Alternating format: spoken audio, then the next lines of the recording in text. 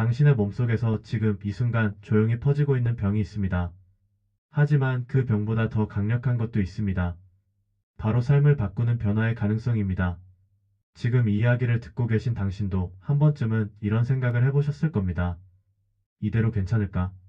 나도 뭔가 바꿔야 하지 않을까? 저는 올해 71살입니다. 지금은 매일 아침 산책을 하고 텃밭에 상추를 가꾸고 가끔은 주민센터에서 건강 강의도 하며 살아갑니다. 하지만 제 인생에도 모든 게 무너졌던 순간이 있었습니다. 그날도 다른 날과 다르지 않았습니다.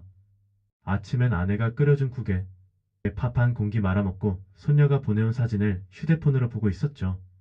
몇 달 전 초등학교에 입학해서 아직도 책가방이 몸보다 커 보이는 그 아이가 작은 손으로 하트를 만들어 보냈더군요. 마음이 따뜻해진 채로 병원에 들렀습니다. 간단한 검진이었고 원래 간 수치가 좋지 않아 정기적으로 진료를 받아오던 중이었습니다. 진료실에 들어서자 의사 선생님의 표정이 어딘가 무거웠습니다. 의사는 제 눈을 똑바로 보며 말했습니다. 지금 상태라면 남은 시간은 1년 정도로 보입니다. 그 말을 듣는 순간 모든 것이 멈춘 듯 했습니다. 의자에 앉아 있었지만 마치 바닥이 꺼지는 것 같았고 숨이 막히는 것 같았습니다. 간경화 말기. 거기에 이미 암세포가 전이되었다는 소견. 회복 가능성은 낮고 적극적인 치료보다는 통증 관리와 삶의 질 유지에 집중하는 것이 낫다는 설명. 저는 그 말을 다 듣고도 아무 말도 하지 못했습니다. 병원을 나오면서 하늘을 봤습니다. 그날따라 유난히 푸른 하늘이 보였지만 제 눈엔 아무것도 들어오지 않았습니다. 귀에는 자동차 소리, 사람들 발걸음, 모든 소리가 멀리서 들리는 것 같았고 손에는 진료 결과지를 쥐고 있었지만 손끝 감각이 없었습니다. 집에 도착하자 아내가 문 앞에서 기다리고 있었습니다. 표정이 평소와 달랐던 저를 보고는 바로 알아차렸죠. 그녀는 아무 말 없이 제 손에서 종이 한 장을 받아들었습니다. 그리고 조용히 식탁 위에 내려놓았습니다. 그날 저녁 밥상이 차려졌지만 저는 아무것도 먹을 수 없었습니다. 가족들이 먹는 모습을 멍하니 바라보다가 결국 자리에서 일어나 방으로 들어갔습니다. 문을 닫고 불도 켜지 않은 채 한참을 앉아 있었습니다. 그렇게 몇 시간이 지났을까요? 어둠 속에서 손을 더듬어 탁자 위에 사진틀을 꺼냈습니다. 거기엔 우리가 처음 제주도에 갔을 때 찍은 가족 사진이 있었습니다. 햇볕이 눈부신 해변에서 아내와 손을 맞잡고 웃고 있던 저. 옆엔 아들이 있었고 그 옆엔 갓 태어난 손녀가 아내 품에 안겨 있었습니다. 그 사진을 보며 저는 눈물을 흘렸습니다. 단지 죽는 것이 두려운 게 아니었습니다. 남겨질 가족들, 그리고 아직 함께하지 못한 미래. 그 모든 것이 너무 소중해서 견딜 수 없었습니다. 그래서 다음날 아침 저는 결심했습니다. 아무도 기대하지 않더라도 나만은 나를 믿어보자. 이대로 주저앉을 순 없다고. 그리고 지금부터 들려드릴 이야기는 그 순간부터 시작된 저의 두 번째 인생 이야기입니다. 그날 이후 저는 매일 아침 조금 일찍 눈을 떴습니다. 햇살이 창문으로 스며드는 걸 느끼며 조용히 앉아 있었습니다. 무언가를 해야 한다는 조급함보다도 이제는 나 자신을 다시 바라봐야 한다는 직감이 들었죠. 식탁에 앉았지만 밥은 숟가락으로 한두 번밖에 뜨지 못했습니다. 아내는 조용히 국을 데워주었고 아이들은 평소처럼 이야기를 나눴지만 제 귀엔 오히려 그 평범한 소리가 더 낯설고 멀게 느껴졌습니다. 그날 오후 저는 오랫동안 닫아두었던 책장을 열었습니다. 먼지가 쌓인 책들 사이엔 오래전에 봤던 한의학 서적과 건강 관련 잡지들이 꽂혀 있었습니다. 한 장 또 한 장 넘기며 나는 과연 지금 무엇을 할 수 있을까를 묻기 시작했습니다. 그저 몸에 좋다는 음식들을 마구 섭취하는 것이 아니라 정말로 내 몸에 나의 체질에 맞는 것이 무엇일지를 알고 싶었습니다. 단순한 민간요법이 아닌 지식과 경험, 그리고 데이터에 근거한 실천을 해보고 싶었습니다. 그 무렵 저는 식사를 다시 시작했습니다. 밥을 반 공기로 줄이고 된장국엔 나트륨을 줄이기 위해 다시마만 넣었고 김치도 익은 것보다는 덜 익힌 것을 찾기 시작했죠. 물도 하루에 1.5리터를 정확히 나누어 마시기 시작했습니다. 한꺼번에 들이키는 대신 아침, 점심, 저녁에 나누어 마셨고 밤엔 카페인을 줄이기 위해 따뜻한 보리차로 바꿨습니다. 그렇게 작고 사소한 변화들이 하루하루 제 루틴이 되어갔습니다. 어느 날엔 마당에서 손으로 흙을 만지며 작은 텃밭에 상추 모종을 심었습니다. 흙 냄새를 맡는 그 짧은 시간이 제게는 명상과도 같았습니다. 그리고 매일 10분씩 걷기 시작했습니다. 동네 놀이터를 한 바퀴 돌고 돌아오는 그 짧은 시간이 제 호흡과 자세, 그리고 마음을 조금씩 바꾸기 시작했습니다. 어느 날, 늘 기침을 하던 아침에 처음으로 목이 덜 아팠습니다. 또 다른 날엔 밤에 중간에 깨지 않고 푹 자는 경험을 했습니다. 그때 저는 느꼈습니다. 아, 이건 단지 기분이 나아진 게 아니라 내 몸이 진짜로 바뀌고 있다는 신호구나. 그 작은 실천들이 모여 저를 다시 일으켜 세우기 시작한 겁니다. 그렇게 다시 살아보기로 한 두 번째 인생이 시작된 것이죠. 그렇게 결심한 이후 저는 제 인생에서 가장 치열했던 탐색의 시간을 보내기 시작했습니다. 그 시기는 마치 다시 학생이 된 듯한 느낌이었습니다. 이른 아침이면 눈을 뜨자마자 책상 앞으로 향했습니다. 제가 젊었을 때 모아두었던 한의학 책, 영양학 교재, 그리고 건강 서적들을 죄다 꺼내놓았습니다. 책상엔 포스트잇과 색연필이 쌓였고 책마다 표시를 남기며 줄을 긋고 필요한 부분은 노트에 정리해두었습니다. 전통 한방 이론부터 현대 영양학, 해외 논문까지 영역을 가리지 않았습니다. 어떤 날은 한자로 쓰인 고서 한 페이지를 해석하는 데만 반나절이 걸리기도 했고 다음 날엔 유튜브에서 의학 강의를 보며 하루를 보내기도 했습니다. 그러던 어느 날 책에서 반복적으로 등장하는 특정 식재료들이 눈에 들어오기 시작했습니다.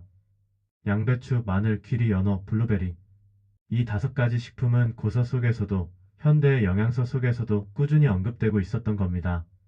처음엔 의심이 들었습니다. 이 흔한 식재료들이 정말 그렇게 특별한 걸까? 하지만 분석하면 할수록 저는 점점 설득되고 있었습니다. 양배추는 간, 해독을 돕는 대표적인 채소였고 마늘은 혈액순환과 항균 작용에 탁월했으며 귀리는 장 건강과 콜레스테롤 조절에 뛰어났습니다. 연어는 오메가-3 지방산의 보고로 염증을 낮추는 데 도움이 되었고 블루베리는 항산화 성분이 풍부해 세포 노화와 싸우는데 강력한 힘을 갖고 있었습니다. 이 5가지는 단순한 유행이 아니었습니다. 동서고금을 막론하고 수많은 자료와 임상이 그 가치를 뒷받침하고 있었죠. 그리고 저는 마음을 정했습니다. 이 5가지를 내 삶의 식탁 위에 올려보자고. 매일 아침 귀리로 죽을 쏘아 한 그릇 먹었습니다.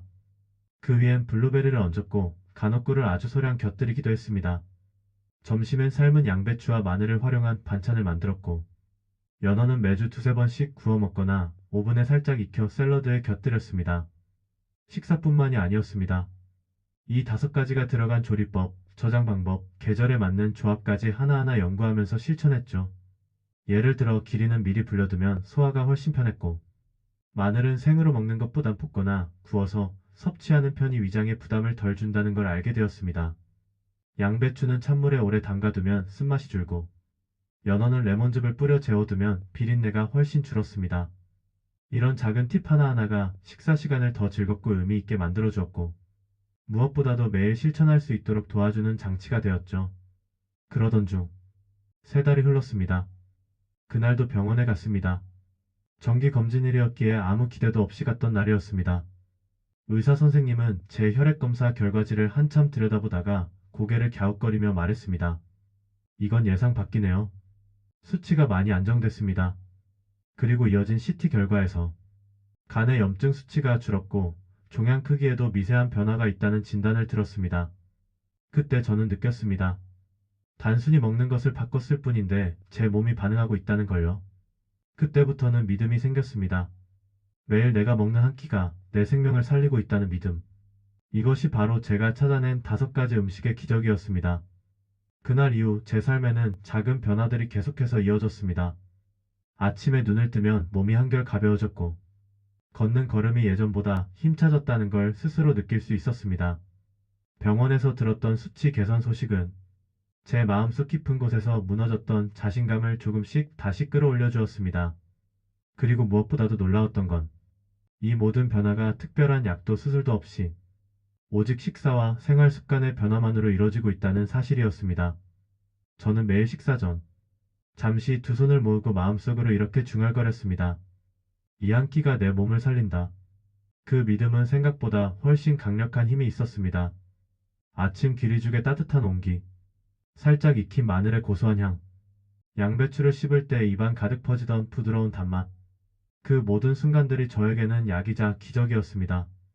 몸은 정직했습니다. 제가 먹는 것, 제가 하는 습관 하나하나에 분명한 반응을 보여줬습니다. 예전에는 2시간만 앉아있어도 허리가 욱신거렸는데 이제는 반나절을 책상에 앉아 글을 쓰고 있어도 덜 피곤했습니다. 밤에 자다가 두세 번씩 깼던 날들이 점점 줄어들고 아침엔 자연스럽게 눈이 떠졌습니다. 그 무렵부터 저는 하루 일과를 노트에 정리하기 시작했습니다. 식사 내용, 걸음걸이, 수면 시간, 그리고 몸의 변화까지 하루하루 기록해보니 흐름이 보였습니다. 어제 블루베리를 더 많이 먹은 날엔 배가 편했네. 마늘은 저녁보단 점심에 먹는 게 더 좋구나. 이렇게 저는 제 몸의 언어를 배우기 시작한 겁니다. 그리고 또 하나, 주변 사람들의 시선도 달라졌습니다. 처음엔 모두가 의심했습니다. 그 나이에 무슨 변화가 있겠어. 이미 늦었는데 무슨 음식으로 해결이 되겠어. 하지만 시간이 흐르며 저를 보는 시선엔 놀라움이 섞이기 시작했습니다. 안색이 달라졌다는 말, 얼굴에 생기가 돈다는 말, 예전보다 걷는 속도가 빨라졌다는 말, 무엇보다도 감동적인 순간은 손녀가 제 손을 꼭 잡고 말했던 말이었습니다. 할아버지, 요즘엔 아프단 말 안 해서 좋아. 그 한마디에 눈물이 핑 돌았습니다. 이 아이가 크는 모습을 더 오래 지켜볼 수 있을지도 모른다는 희망이 생겼습니다. 그리고 그 희망은 곧 확신이 되었습니다. 검진을 받던 날 의사 선생님이 또 한 번 놀란 표정으로 말씀하셨습니다. 이 정도면 경과가 아주 좋습니다. 지금처럼만 계속 관리하신다면 1년도, 3년도 충분히 기대할 수 있겠어요. 그 말을 들은 날 병원을 나와 처음으로 하늘을 올려다봤습니다. 그날 하늘은 그토록 푸르렀고 저는 그 안에 작게 웃고 있는 제 얼굴을 본 듯했습니다. 그리고 저는 알게 되었습니다. 삶은 숫자가 아니라 태도라는 걸. 하루하루 내가 어떻게 살아가느냐에 따라 남은 시간이 기적이 될 수도 있다는 것을요. 그 무렵부터 제 이야기를 들은 사람들이 하나둘씩 저를 찾아오기 시작했습니다. 먼 이웃도 아니었습니다. 같은 아파트에 사는 6층 아주머니, 근처 약국에서 일하는 젊은 약사 친구, 그리고 주민센터에서 우연히 만난 분들까지. 처음엔 조심스럽게 물어봤습니다. 혹시 건강관리는 어떻게 하고 계신가요? 그냥 좋은 기운이 도는 것 같아서요. 혹시 어떤 음식 드셨는지 여쭤봐도 될까요? 그럴 때마다 저는 손수 만든 작은 노트를 꺼내 보여줬습니다. 거기엔 제가 매일 먹는 식단, 하루 일정, 몸의 반응을 기록한 흔적이 빼곡히 적혀 있었죠. 그 노트를 본 사람들은 모두 놀랐습니다. 와, 진짜 성실하게 하셨네요. 이걸 몇 달이나 하신 거예요? 저는 웃으며 대답했습니다. 살고 싶다는 마음 하나로 했어요. 그 마음이 통했는지 한 분 한 분이 제 노트를 참고 삼아 본인만의 식단과 실천을 시작했습니다. 그중 한 분은 73세 어르신으로 고혈압 약을 10년 넘게 드셨던 분이었습니다. 처음엔 양배추를 즙으로 드시기 시작했고 나중엔 귀리죽까지 식단에 넣으셨죠. 2달쯤 지나자 혈압 수치가 조금씩 내려가기 시작했고 의사 선생님도 복용량을 조절해보자고 말씀하셨답니다. 또 다른 분은 68세 할머니였는데 항상 피곤하고 기운이 없어서 아무 의욕이 없으셨다 하셨어요. 제가 블루베리와 연어 이야기를 해드렸더니 꾸준히 따라 하셨습니다. 그리고 석 달 후 본인이 직접 말하셨어요. 이젠 아침에 일어나면 누워있기 싫어요. 밖에 나가고 싶어져요. 이런 이야기를 듣는 날이면 제 안에서 묘한 감정이 올라옵니다. 살아있다는 것, 그리고 그 살아있는 삶을 나눌 수 있다는 것이 얼마나 귀하고 놀라운 일인지 새삼 깨닫게 되죠. 그래서 저는 주민센터에 말했습니다. 건강 관련 이야기를 나누는 모임을 만들어 보면 어떨까요? 그렇게 매주 수요일 오전 작은 모임이 시작됐습니다. 처음엔 3명이었지만 한 달이 지나자 10명이 넘는 분들이 모였고 지금은 저를 어르신이라고 부르며 찾아주는 분들이 많아졌습니다. 그 모임에서 제가 제일 자주 하는 말이 있습니다. 몸은 정직합니다. 거짓말을 하지 않아요. 우리가 뭘 먹고 어떻게 살아가느냐에 따라 정확히 반응해 줍니다. 이 말에 고개를 끄덕이는 분들을 보면 저는 또 다짐하게 됩니다. 이 이야기를 더 많은 사람들에게 전해야겠다고. 그리고 오늘 이 이야기를 들려드리는 이유도 바로 그 때문입니다. 어쩌면 지금 이 영상을 보고 계신 분들 중에도 그때의 저처럼 1년밖에 남지 않았다는 말을 들은 분이 계실 수도 있습니다. 혹은 더 이상 기대하지 않는 마음으로 하루하루를 버티고 있는 분도 계시겠죠. 그렇다면 꼭 말씀드리고 싶습니다. 바로 지금이 시작입니다. 특별한 약도 비싼 치료도 아닙니다. 단지 내 몸을 믿고 하루하루를 진심으로 살아내는 것. 그것이 기적의 출발점입니다. 그리고 제가 그 증거입니다. 이제 이야기를 마무리할 시간이 다가왔습니다. 하지만 저는 단 한 가지를 더 전하고 싶습니다. 이 모든 이야기는 단순한 경험담이 아니라 지금 이 순간에도 살아있는 메시지라는 것을요. 우리는 종종 너무 멀리 있는 방법들만 찾습니다. 비싼 치료, 해외 명예 이름도 생소한 포충제들. 그런데 정작 우리 곁에 늘 있어 왔던 평범한 것들이 가장 강력한 힘을 지니고 있을 수 있다는 걸 저는 몸으로 배웠습니다.